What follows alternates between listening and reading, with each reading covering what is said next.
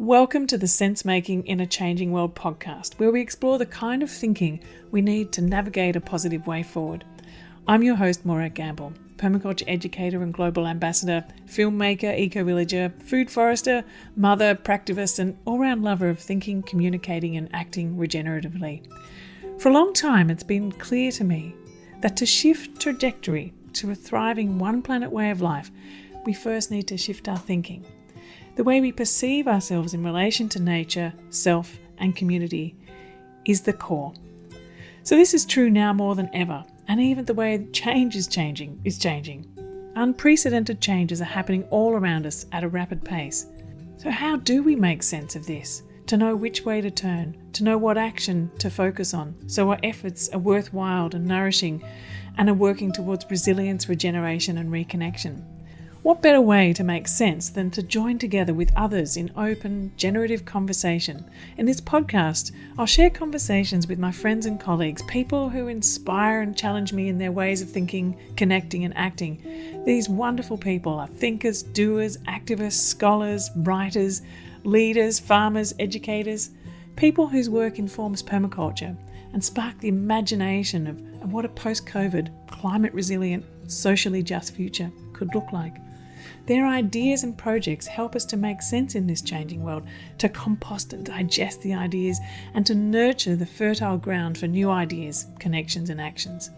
Together, we'll open up conversations in the world of permaculture design, regenerative thinking, community action, earth repair, eco-literacy, and much more. I can't wait to share these conversations with you. Over the last 3 decades of personally making sense of the multiple crises we face, I always return to the practical and positive world of permaculture, with its ethics of earth care, people care, and fair share. I've seen firsthand how adaptable and responsive it can be in all contexts, from urban to rural, from refugee camps to suburbs. It helps people make sense of what's happening around them and to learn accessible design tools to shape their habitat positively and to contribute to cultural and ecological regeneration. This is why I've created the Permaculture Educators Program, to help thousands of people to become permaculture teachers everywhere through an interactive online dual certificate of permaculture design and teaching. We sponsor global perma-youth programs, women's self-help groups in the Global South, and teens in refugee camps. So anyway, this podcast is sponsored by the Permaculture Education Institute and our Permaculture Educators Program. If you'd like to find more about permaculture, I've created a 4-part permaculture video series to explain what permaculture is and also how you can make it your livelihood as well as your way of life. We'd love to invite you to join our wonderfully inspiring, friendly and supportive global learning community. So I welcome you to share each of these conversations, and I'd also like to suggest you create a local conversation circle to explore the ideas shared in each show and discuss together how this makes sense in your local community and environment. I'd like to acknowledge the traditional custodians of the land on which I meet and speak with you today, the Gubbi Gubbi people, and pay my respects to their elders past, present and emerging. I'm so happy to introduce you to Sarah Queblatin from Green Relief in the Philippines in this episode of Sense Making in a Changing World. Sarah and I met as part of Realliance, a global permaculture humanitarian initiative, and we're both permaculture teachers, global eco-village network ambassadors, and members of Permaculture for Refugees. We also have a connection because she's one of the key leaders of a brand new program for youth run by the Global Eco-Village Network Oceania and Asia, which my daughter, PermaYouth co-founder, took part in just recently. We also share our activism roots in peace and both work towards a whole systems change through education. Sarah is passionate about transforming the narrative of disaster risk reduction, or DRR, into that of designing for resilience and regeneration for communities affected by disasters, displacement and unsustainable development. Her passion project, Live and Story Landscapes, weaves together traditional ecological knowledge and permaculture using arts and culture and designing places of resilience, regeneration in climate and conflict vulnerable communities. I hope you enjoy this conversation.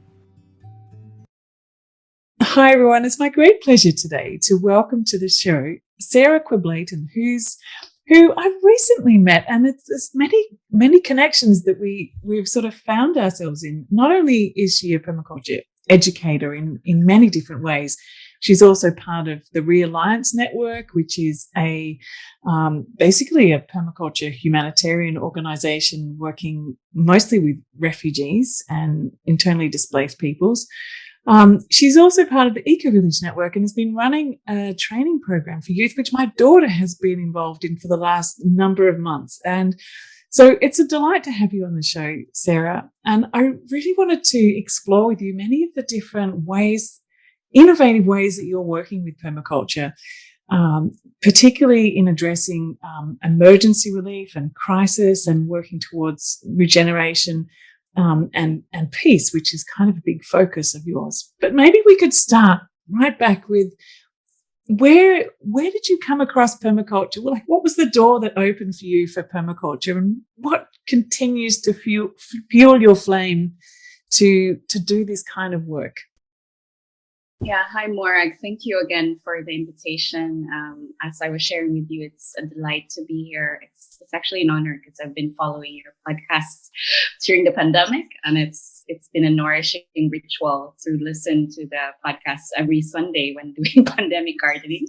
And so thanks again. And I want to just share that because I know that others might also feel the same way in this podcast. How this started for me actually was, it's funny because the image, when we were asking the question, the image that came to my mind was this permaculture magazine. I came across a secondhand bookshop years ago. I was probably still in university. I won't share what year that was, but I mean, not that young or old, but it was about natural paints. Actually, it was not about, it was art that led me to it. I was really wanting to be an artist, but of course, in my worlds, if you want to be an artist, sometimes it's only often for the privileged people because you have to work more. But for me, in my heart, I really wanted to use my creativity, and then because there's so many social issues in the Philippines, so how can I marry my creativity and working with social change? And so that issue with the arts and natural paints was my first permaculture magazine. And then I read about it, like, oh wow, this is interesting. Because I've also been interested in working with environment and environmental healing, and used to do coastal cleanups prior to that as a young, as a young leader, as a student. And then later on, I would actually realize that this is actually a practice, like working with the gardens and healing. And it was when I was working for different fields. I was working in cultural heritage, worked for a museum, worked for peace building and interfaith dialogue, different intertribal dialogues,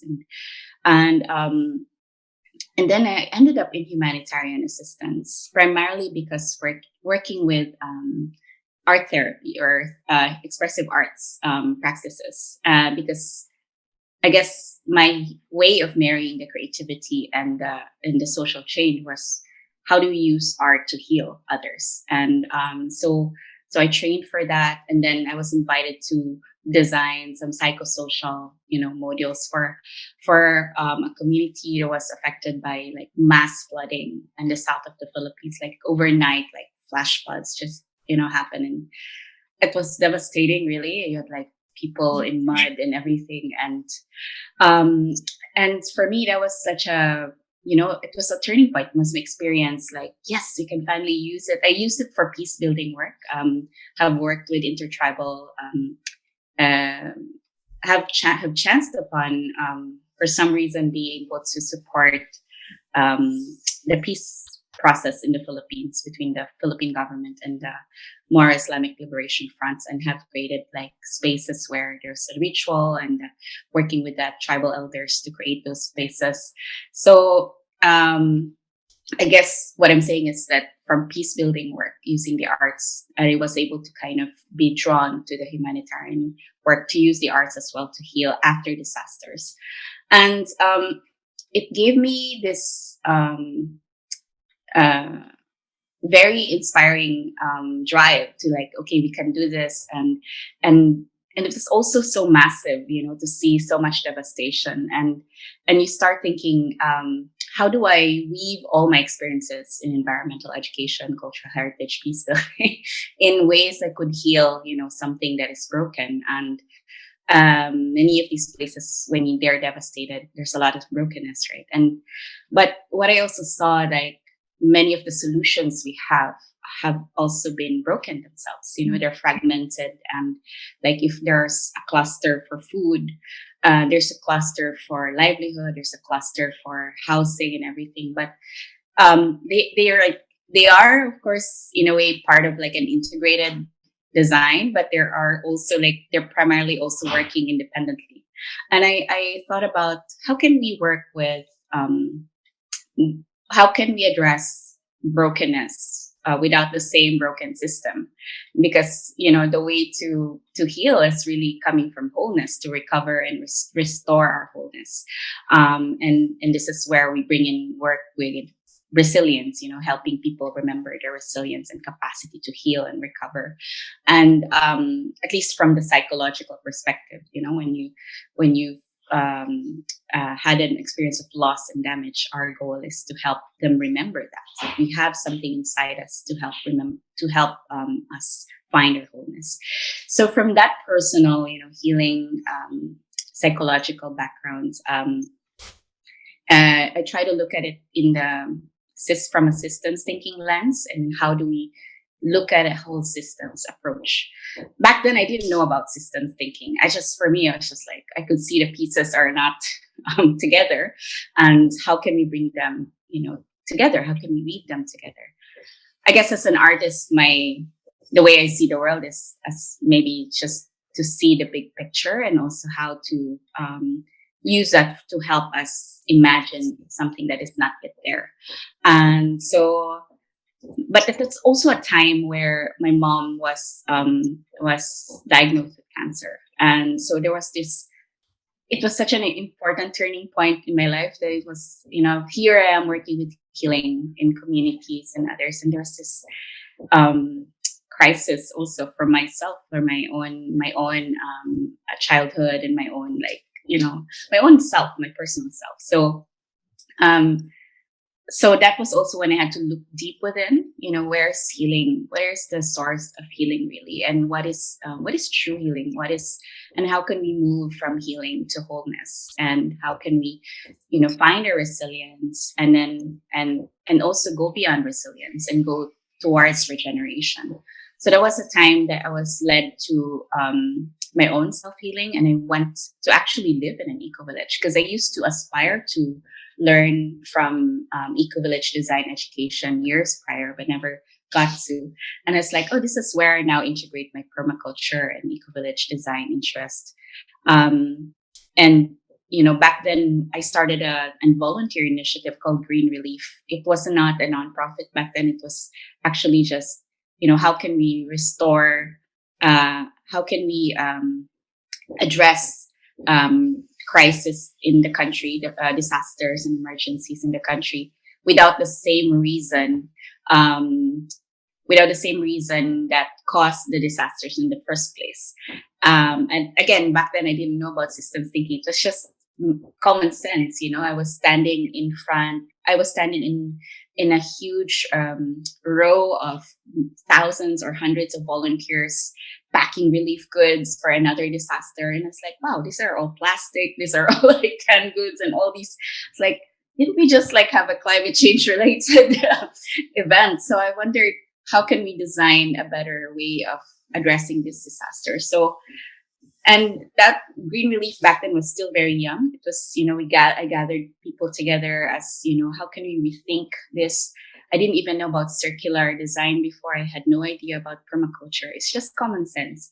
And me back then, going through this personal crisis myself. So I had to work just to work in integrity of this work to find my own healing and wholeness. So I moved to an eco village, and then I try to look at how do you actually live it as well, as is in a way that the holistic approach that I was seeking. How can we live it ourselves in our own way? At the same time, how can we bring this in communities that are, broken and in disasters? So so it took me a while to kind of work with that from self to community. And it's always like, you always go back and forth with the self and community. So it's a relationship I'm often like looking at. And then there's also the planetary relationship, of course, where, from the bigger perspective, from the global, lens, where my country comes from, it's like we have like around 20 typhoons a day. We have volcanic eruptions. We have war. We have, we have flooding. We have droughts and everything. And it's like, how can we use this holistic approach in a way that, because we have to, we have so many things to face. And so years later, I would establish Green Relief. It was really a journey of, trying to, okay, this is finding our voice, finding our calling to do this work. And so, yeah, and then through the years also where permaculture has played a role with, the systemic lens that I've been wondering about, it helped me see the principles and that it does make sense. And then eventually also trying to look into, because I've also worked with indigenous peoples before. So like in the Intertribal Peace Pact or with working with cultural heritage or working in the museum and also working for a film festival that honored indigenous values and their work and their plight with environmental restoration. So where I saw as well that permaculture is really also a lot of the indigenous worldviews and knowing, and so how to kind of also recognize that as part of the original permaculture. So how do I go through this? And so when I established Green Relief, it was really where we brought it all together. The personal work, the healing work with communities from the psychological level, and working with communities for the resilience in terms of food security and possibly livelihood, if that's possible in a place. And then it all boiled down to the garden as the, kind of the container of these things. And so where communities that are affected, the first thing people need, of course, is food security. And in looking back to the story of the packaging and so much of the packaging that we've been packing, how can we work with living food instead? And that how can we nourish, their inner systems, and then at the same time be able to have that available, be more self-sustaining rather than be always dependent on aid. And that as prior to becoming a nonprofit, we also volunteered with other permaculturists in another typhoon, and then really use that as a first response, like an emergency garden, and then how can we, while the garden is thriving, is being prepared, it takes 2-3 months to harvest something. We work with the local farms so that they could, be the source of nourishing food and seeds for this garden. And so, so that kind of like was the initial basis. And in the garden, it is also a space for waste management, because once you segregate waste, you have composting, immediately separate the waste from the non-biodegradable. And we've seen like IDPs or internal refugees see that actually they can compost and it doesn't smell, and that they've immediately segregated the waste, and the plastics they can sell, the bottles they can sell. And so that's also a space for waste management. But what also nourishes me, where I feel like I can still use my creativity in the process, is that the garden also becomes a space for healing. And it's like using placemaking as, the garden as refuge for people who need that space to heal from the war, from conflict. So one community that displaced peoples that we've been working with, it's from a city, Islamic city that was sieged by an ISIS affiliated group. They were settled in one place, and then they really shared how much the garden has been a way for healing and for them. So, and then at the same time, how can it be as a source of income? So there's livelihood there. So where with the IDPs from Marawi that was displaced by the ISIS siege, we wanted to use the garden as well, apart from food, from life possible for healing and waste management.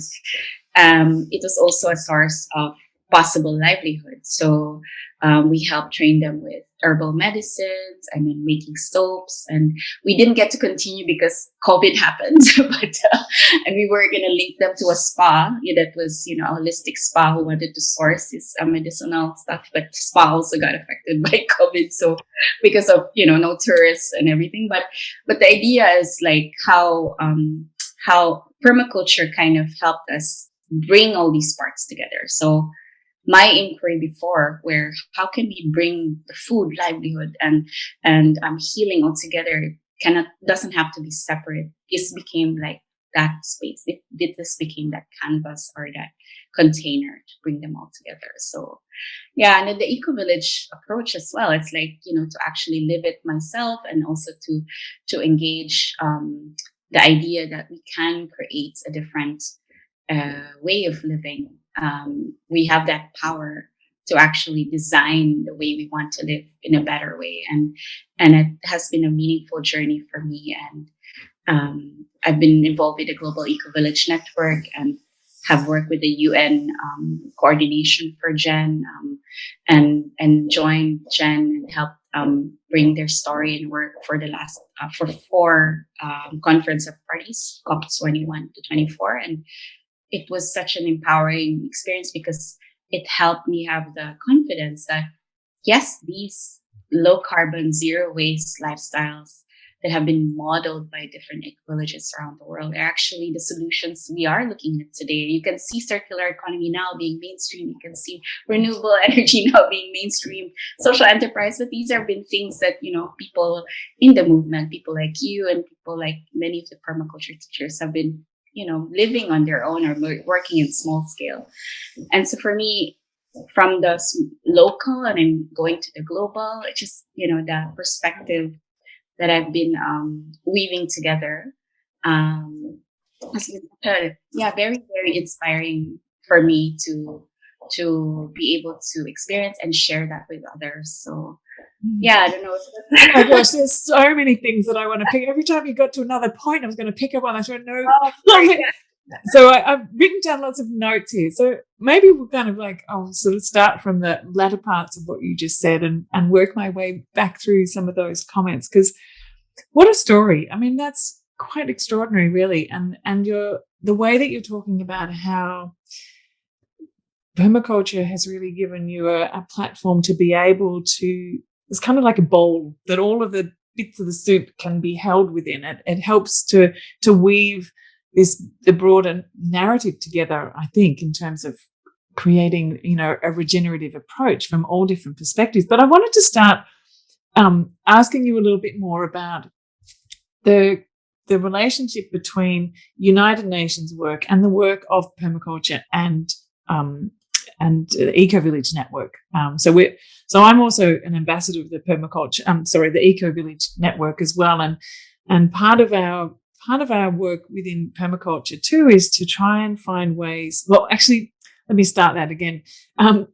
We're currently having lots of conversations, people like Rosemary Morrow and myself and Eunice and May East, about the relationship between SDGs and permaculture and how it is that we can start to not only deepen the conversations with the United Nations about the role that permaculture can play to embed the SDGs everywhere, but also that people practicing permaculture can understand that the SDGs are also a platform to reach many more people. So your experience of being at COP and sharing these stories of what projects like the Global Eco Village Network have, how do you feel that voice is heard within the UN, and how do you feel that maybe we can be amplifying that more and building a closer relationship between this work? Because May East from Gaia Education, she said she sees that the SDGs are the framework, but things like permaculture and eco-villages are the pathways. So, it's how you can reach all of those, and that also with the SDGs, these Sustainable Development Goals, I'm using SDGs and I'm realizing people might not know. So SDGs, Sustainable Development Goals, the 17 core Sustainable Development Goals that the UN has said is the way forward towards sustainable society or regenerative culture, as we're talking. So the SDGs are, often get pulled apart. We'll do this one, or we'll do this one, and this project will meet this one. Whereas I think a little bit like what you're saying with permaculture holds all the threads of the work that you've done, and same for me too, that permaculture also is kind of can hold all of those different SDGs together and provide an holistic response. So my question, really coming back around to that, is what's your experience in the United Nations conversations? Have you seen how receptive are people to concepts like permaculture and eco-villages, and how do you think we can amplify those conversations more? Yeah, wow, this is a good question. Of course, I'd like to thank people in Jen, like Kosha and Rob Wheeler and Maze, to who really had that confidence to prepare a lot of these conversations in that platform. And for me, I was coming from, my country's kind of vulnerable and like seeing the aftermath. And for me, I was more coming from that perspective first and foremost, and always. And it will always be my where I would. There's so much talk and there's so much plans, but then how can we really meet the grassroots, and how can we really see, how they deal with this? If this is going to happen again, how are they going to recover again? And that's always a question we get asked, like when we're in the field. It's like, is this going to happen again? And then the projections show it is going to happen again. It is going to be much stronger, more intense. So for me, that from that lens, seeing the different agreements and pathways and goals, from a systems thinking lens, where we, as permaculture practitioners and I don't see myself as an expert, but permaculture practitioners and educators, where there's a lot about being able to adapt our solutions to meet a context or a design. So yeah, I see that as I agree with you, like where and what May was saying, that it's the pathways that to get there. This is where our solutions are. And for me, it's also about trying to adapt to the language and being able to, try and see where both worlds can meet. And so meeting the goals are one of them. Like it can be, and then showing proof of concept, that this is actually SDG, 1, 2, 3. And but I think where the movement, I guess that we would say the regenerative movement, the regenerative approach, where eco-village, permaculture, and many other solutions can fall in. They offer the perspective where we go beyond sustainable to regenerative, right? And so even it can be regenerative development goals, but the word development as well is also in a way flawed itself. Coming from the global south, the word development is, it's the history of development. We have to unpack that as well. And we learned that, of course, as well in the EDE, the Eco-Village Design Education, when in the worldview, how we've designed developments in general. How do we return that, restore the connection to a more nature-based, deep ecology approach, where the indicators we've designed have been separate from that, and that the indicators have often been more focused on monetary, GDP related goals. So I think where we have showcased and showed that it's doable, being able to highlight the stories on the ground and being able to use, well, for me also to use that voice to be able to give attention to what's being done on the ground.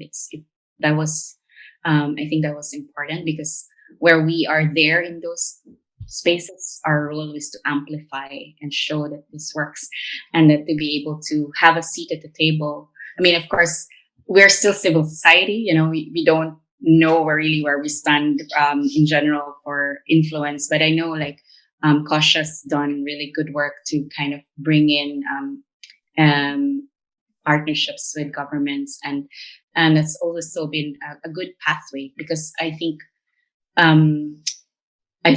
there's also this perspective that the movement is separate. We're always trying to design our own communities, our own way and everything, but we also want to be able to work together with the different sectors, with government and businesses and other civil society groups. So I think where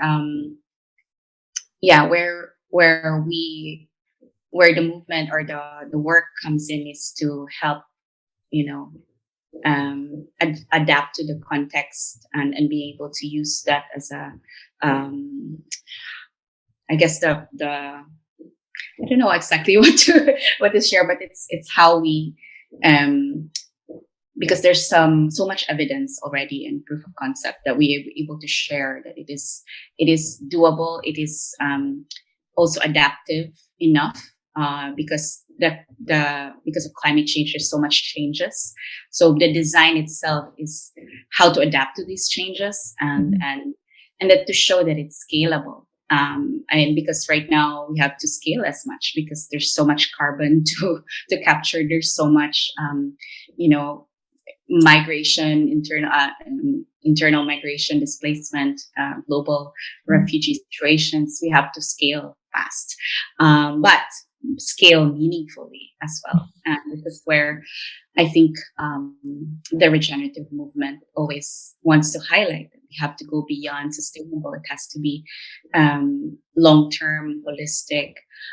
There's also the emphasis of deep scaling, where we're deepening relationships, changing the paradigm, the culture of change in general. Because like I said, the word development has its historical issues, and now we're seeing a lot of that also being mainstream. Now you have the well-being economy, you have governments like New Zealand or Iceland, and they're trying to really shift, and Bhutan also, the gross national happiness, changing the way we measure, quote unquote, measure is really a word that we have to also. I mean, aren't those metrics always so fraught, because they direct where support for projects go, they direct where policies are made there, so the metrics completely need to change. I totally agree with you. And I also want to sort of ask you to maybe expand a little bit on what you're talking about with development and rethinking, and particularly from your perspective of working with the Indigenous communities of your country, and looking at the impact that unsustainable development has had on them, and now climate change, and how maybe something like the permaculture movement and the eco-village movement can be supporting and working with those communities to amplify their voice. Where do you see that?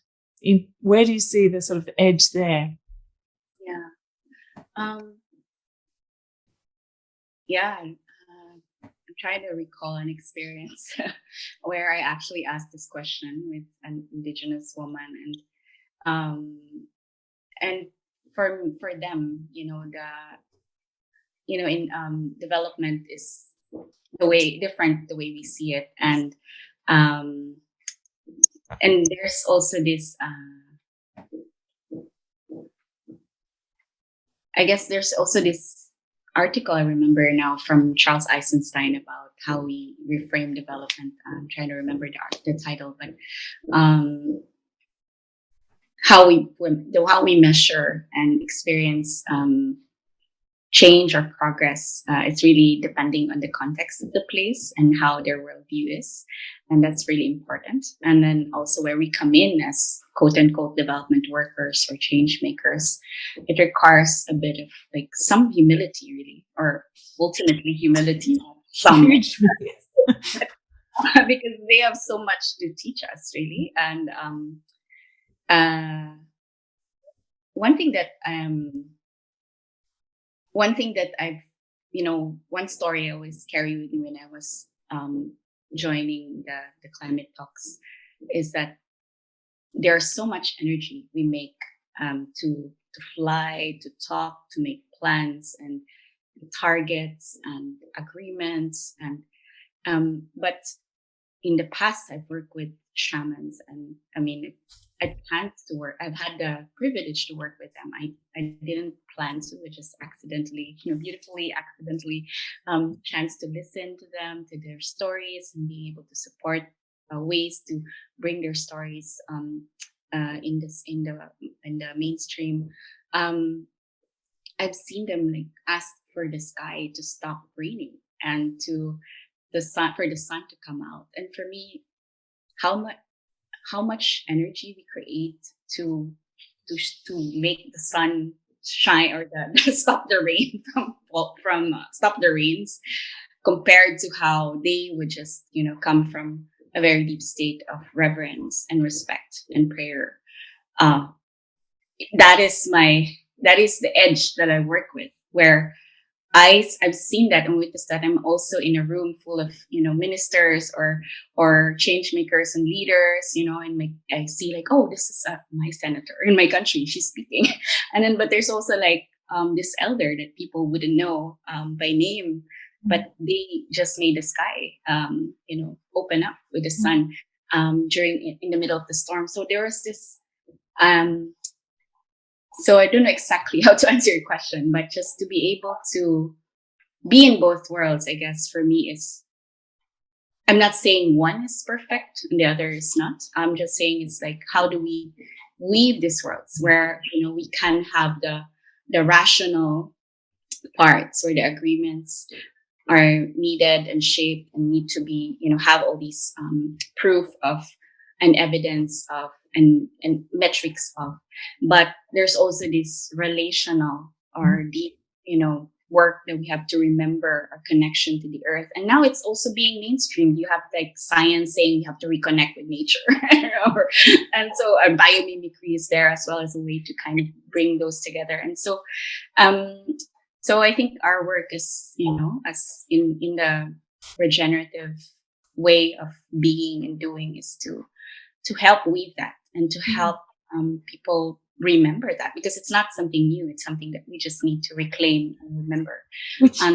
Those words that you mentioned right at the start of your conversation earlier was around that, about remembering and imagining and possibly reimagining and sort of deepening into that relational process. So, from a really practical sense, I wonder how have you seen permaculture being of value to possibly give strength to the Indigenous voice and give, that to actually help to remember for some people, or to give value to those approaches? You talk about, traditional ecological culture, there's the tech, as you say, which is kind of, this cultural heritage and the depth of culture that you have in your community, where the permaculture is able to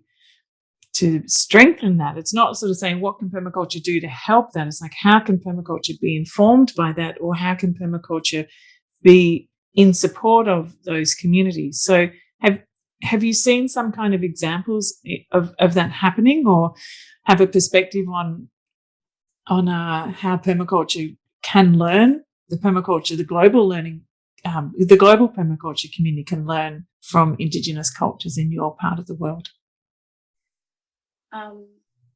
Yeah, there's so much. And I think many of the people who practice permaculture and in their countries as well, right? We're working with their First Nations. And yeah, one story I always remember about how a system's view of working where permaculture is one of the ways to do that, is that I'm using the metaphor of the tree, and where the tree, the deeper the roots, have more resilience to the changes that happen outside with the strong winds and everything. And for me, that's where working with Indigenous wisdom, knowledge and wisdom, can come in. This became important to me because we were working with a typhoon, women affected by Typhoon Haiyan, and we engaged them with the university to kind of help us look into where they could, restore their ecosystems and protect them from further disasters. And one of their questions to the professor was like, if you want us to plant trees, because we were looking at the livelihood program, working with restoring their ecosystem, and it's a way for them to make a living as well. And if we were to plant trees, we're worried because after the typhoons, all the trees have damaged everything. And so the idea was the answer to that was, of course, in permaculture, it's the right zoning where you plant, what kind of species you plant. It's the most indigenous or local species to plant because it's more resilient. It knows the ecosystem. And then and then you have to plant with deep roots. And it made me recall how much of the, we have a lot of knowing already that has been passed on over time. That is something that we have forgotten, and we have to reclaim to withstand the disasters that are happening. And I think so that root metaphor, root systems, it's going deep to the local knowledge, and then local ecological experience. So what is the history of this land? What was the species in this land? What were the local biodiversity of this place? So like this passion project I'm doing, it's called Living Story Landscapes, is that how do we help support the community to document their own, biodiversity, the medicinal and edible medicinal food, so that they could, continue growing that. Because like in indigenous communities in the Philippines, some of them are really like converting a lot of their land to GMO corn. This is where we are working with. And we were invited to an indigenous community after a disaster, and we thought it was just really working with, just permaculture. How do we show them to use this demonstration site in an agricultural school to help them look into addressing the future disasters. And we found out this village has been actually converting all their, a lot of their forests, their old mature coffee trees into GMO corn. And they're spraying glyphosate everywhere. And so, in a way, it's also sad because these are the indigenous peoples themselves who have this deep knowing, original. They still have their granaries where they store rice. They have their rituals, their harvest. So we're working with this. How do we of course, there's the economic need that was the driver for that conversion, but there's also this, how do we help support the remembering of what you already know and what you've so much to share with us, really. And I wonder there, what are the forces at play that are making them go towards that? Are there, subsidies in place? Is it the agricultural policy of the country? What is the push that's actually shifting them in that direction? Yeah, definitely an economic driver, and also, of course, the external factors where the agro-industrial, plans of course, the private sector who are working with the government also provide, who are, I will, of course, I don't want to disclose the names, but it's it's very heartbreaking to see that, because these are, of course, for an agro-industrial orientation, you have these corn for feeds for livestock, and this is not corn for eating. It's really for feeds. But you have all these. We have villages. We've heard from one government agency that there's a village affected by the water. Their runoff is full of glyphosate. They're having kidney problems and all these things. So, but because of the economic drive, and it could also be possibly unsustainable development targets. So prior to this, they were really aiming for a massive coffee program for this place. They built roads. There were millions of funds back, loans from the government. And then, but because there was a failure in like social engagement and all these things, there was competition of prices and all these things. And so prices dropped and our prices became challenges. There was competition and all these things. And eventually the industry kind of degraded, I guess, over time. I don't know what the right term for the industry's failing, I guess. And so people started shifting to more easy income, and someone introduced these corn and the Roundup, the Spitfire, all these chemicals that are damaging their ecosystems. But what we're trying to work here is that how do we help them remember and give value to that? Because even us who are not indigenous, we've kind of played a role in that, to have promoted that kind of commercialization, because we do in our consumption make that demand for that the livestock to be fed and all these things. So it's also our role to look at that.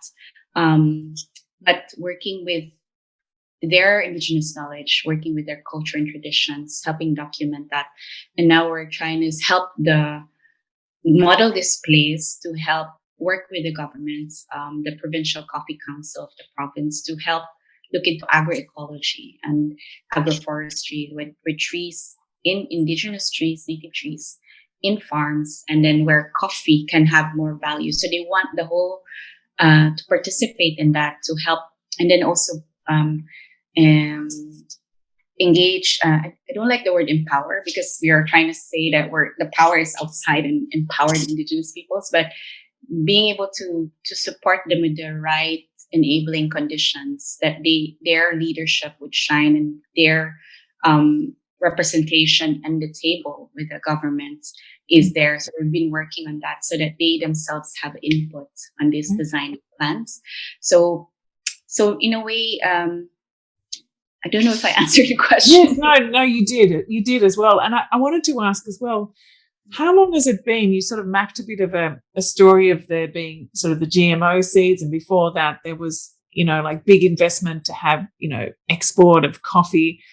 What was before that? And when was that point where things started to really shift and that big investment started to disrupt possibly traditional patterns and traditional ways of growing? Like, how long are we talking here? I remember, I think it was the 60s, because this is where also a lot of the former dictators call for agricultural drive for development in the country has started. And, many of the practices, of course, also inherited from American way of agriculture. We adopted a lot of these, and this is where, and then I think in these communities, however, they've been having their own traditional way of, growing food, and it's really I guess over time, where development wanted to tap, with their, because this place was growing a lot of coffee. It was the first coffee processing village of that province. And it also kind of one of the contributors to the brand of the coffee brand, the taste of that coffee. And so many, I guess, development solutions were invested in that. But because of the design of the development approach, there was also like one government partner was sharing that, I think we failed at supporting the organizing of the community cooperatives, because a lot of the breakdown also came from there. A lot of mistrust. So much money was poured into these cooperatives, and they didn't have the skills to manage such money. They had so much mistrust. The project also failed because of that. So the solutions that, for me, like how a regenerative approach would be about is working with conflict, working with leadership, regenerative leadership, how people can build trust within their sector, across sectors, with governments, with businesses, and how do we design together? And so, this has been like a journey so in this same village, we've been like prototyping how do we create a 5-year, eco-village regenerative development plan. But we did it in 1 year.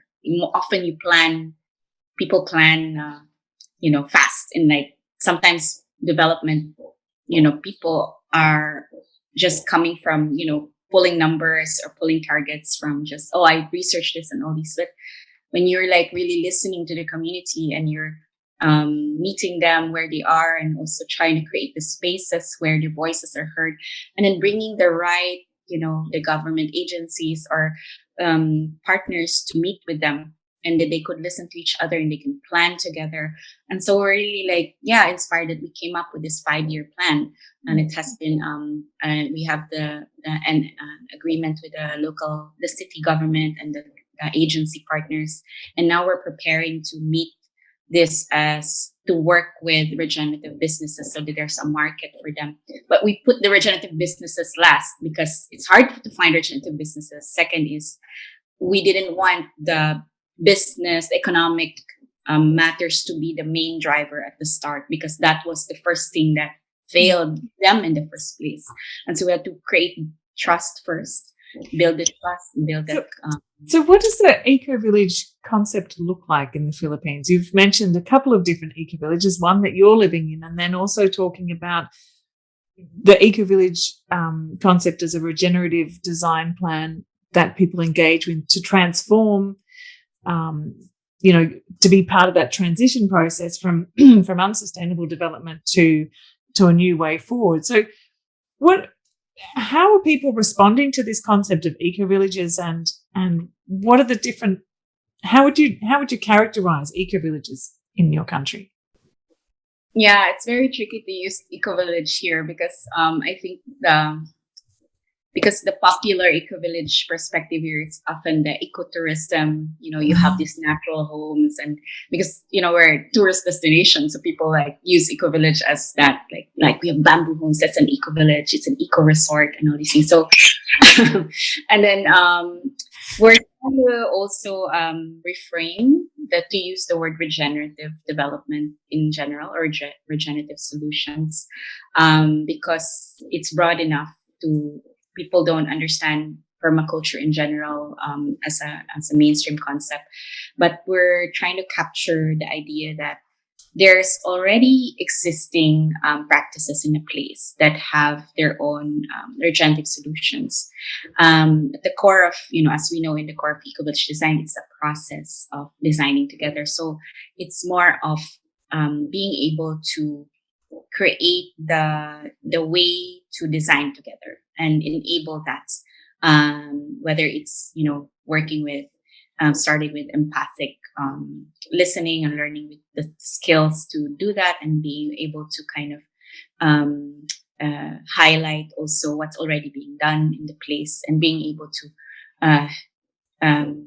to support the different sectors as well, so that they could at some point meet and dialogue together. It's an ongoing process. And I'm wondering too whether, sorry to interrupt. I was just going to ask you that there's part of what you were talking about earlier too was going into places that have been devastated by typhoons or by massive flooding and mudslides. That part of the building back of those communities, and there's different stages of that. So there's the crisis relief right at the very beginning, and that being kind of immediate, like how do you even get started with that? But then there's this longer term process. So are you getting much traction really when you're working with, say, governments or people who are supporting this building back to take on this regenerative approach? How is that? How are you finding that? So one thing that I've discovered last year is that what we're doing is actually we're called the Informal Aid Sector. And so we're not like the Red Cross. We're not these big wigs, and so that actually made more sense to me. And from where I stand, what we've been modeling, it's a bit challenging to scale in the humanitarian context, at least from what here locally we're small, we're a bit small as and I think it's only starting. Many of the people at Realliance, the amazing group there. You have people like Nat Sopa is like mainstreaming it at TRC, and it's just really amazing that it's already starting to mainstream. So for us, we're still like taking it slow here locally.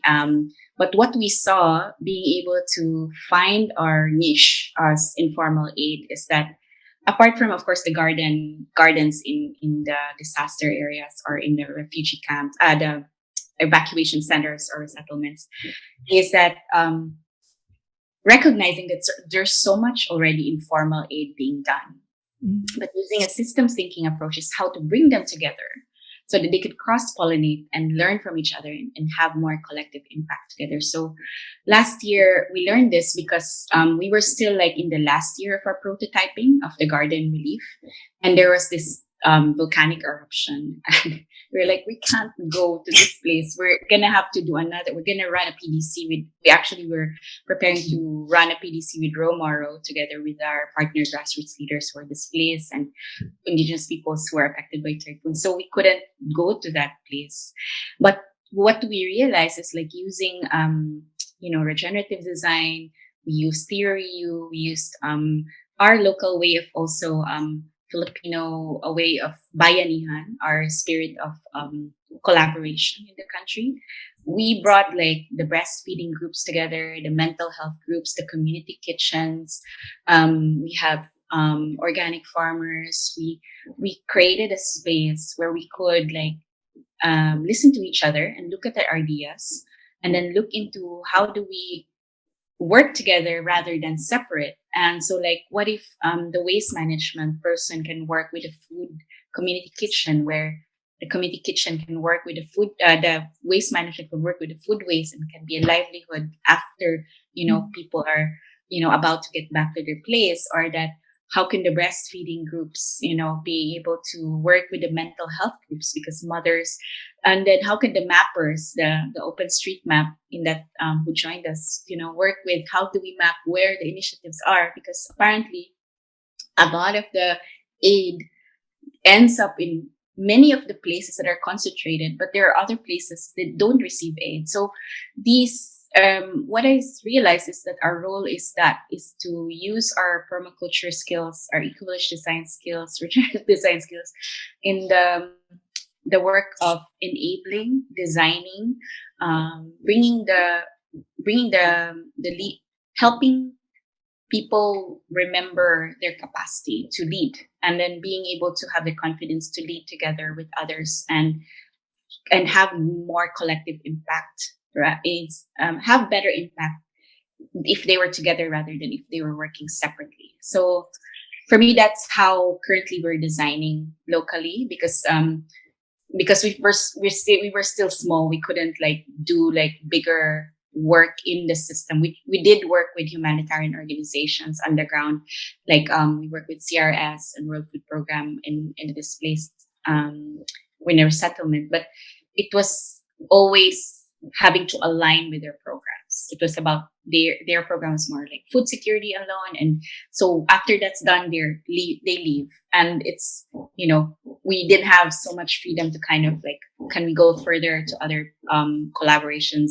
No, but that's only our mandate, so we can't go beyond. So this was also our dilemma, and so we try to, where can we best contribute this way? So now we're preparing to scale that methodology so that when another disaster hits, so many of the responders, so much aid really, we're actually, I guess, immune to aid because there's always like, another typhoon, another volcanic eruption. So how do we bring that deep scaling as well, where we build relationships across the people helping. And so right now, while last year after the volcanic eruption, COVID happened. So we couldn't continue the volcanic eruption action plans. But when COVID happened, people started exchanging ideas too. They were starting to kind of cross-pollinate organically, even if without a workshop or anything. So I think this is also the work of the regenerative movement, is that we create the place, we design the container, we design the system, but it was just naturally self-organized on like the way living systems work, right? So it sounds so amazing. And, it's the way forward, isn't it? It's building that resilience and the ability for it to keep, self-replicating. It's not getting bigger and bigger and bigger. When you're talking about scaling, it's really about, replicating so that it's contextualized here and here. And it's sort of the network is scaled, but the projects stay contextualized. And I wonder, where are you finding support for this kind of work? Do you have a relationship with the government or an agency, or is it community support? How do you get this started? Because I know many people who are listening thinking, this is brilliant. This is exactly what we need in our community to help address the multiple crises that we're facing and help to create a shift of perception and greater levels of integration and community-driven programs. How do you make it work? Yeah, I think good question. It makes me reflect too. I think well, of course, it was also very meaningful to have support. We have like Lush was very generous to have given us seed funding to start our organization. That also helped enable us.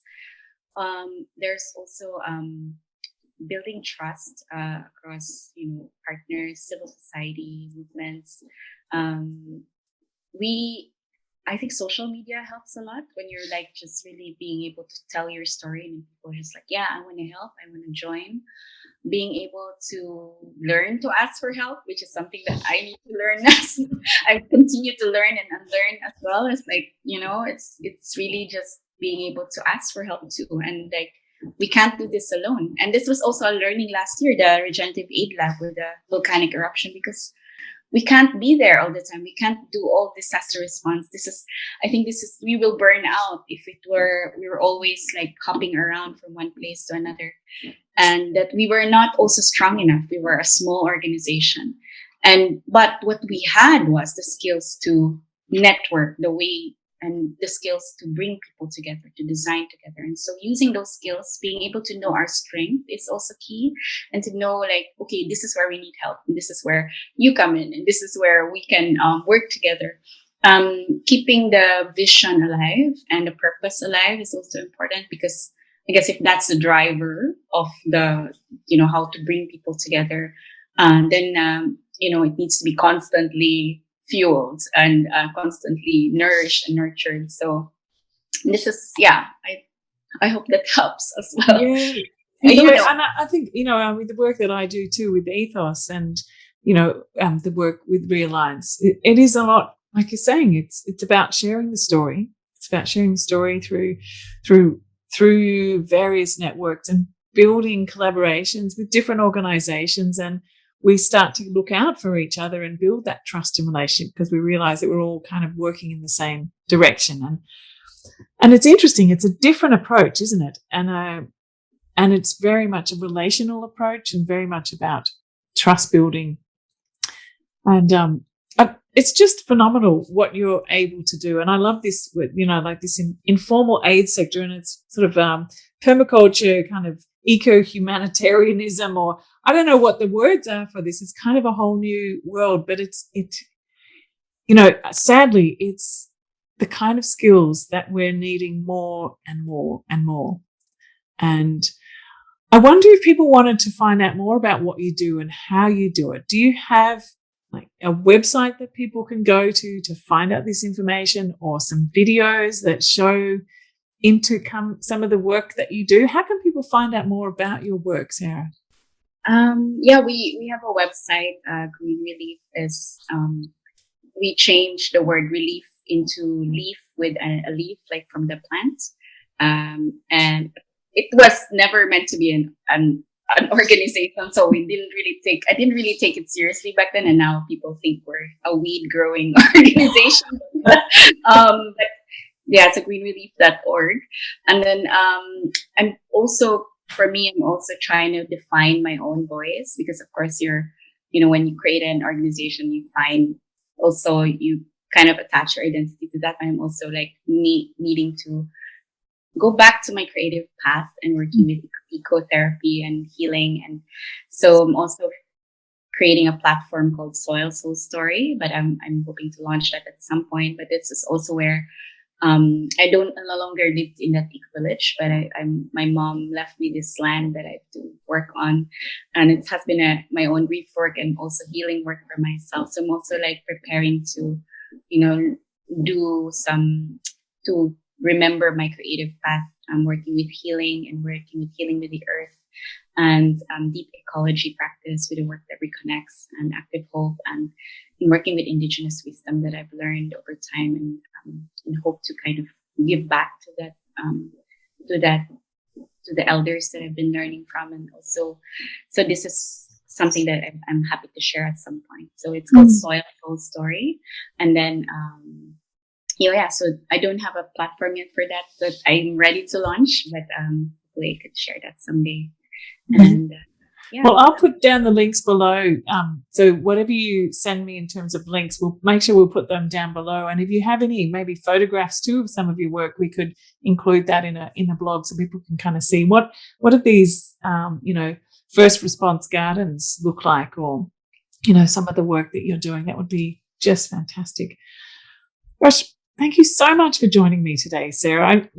There's so much more I want to ask you, but I kind of feel maybe we need to do a part 2 sometime, because the like I said before, what you're doing is something that the world needs so much now, and I'm so delighted to have had the chance to chat with you here, and also to be in constant contact with you through Jen and through Realliance, and being part of this global network of people who are really looking for a regenerative way forward, and remembering, but also, like you're saying, healing. I think there's so much trauma in the world, and planetary trauma, personal trauma, and that healing work is really possibly one of the biggest challenges and biggest tasks that we have, is personal and planetary healing for well-being. So thank you again, Sarah. It's lovely to have you on the show. Thanks, Morag. And again, this is not only my work, and when you say that that my work is this and that, but it's a lot of people behind this work, a lot of teachers and people I learn from. And so I just want to acknowledge that as well. And thank you for doing that. Yes. Thank you. All right. Take care. Take care, Morag. So that's all for today. Thanks so much for joining us. Head on over to my YouTube channel, the link's below, and then you'll be able to watch this conversation, but also make sure that you subscribe, because that way you'll be notified of all new films that come out, and also you'll get notified of all the new interviews and conversations that come out. So thanks again for joining us. Have a great week, and I'll see you next time.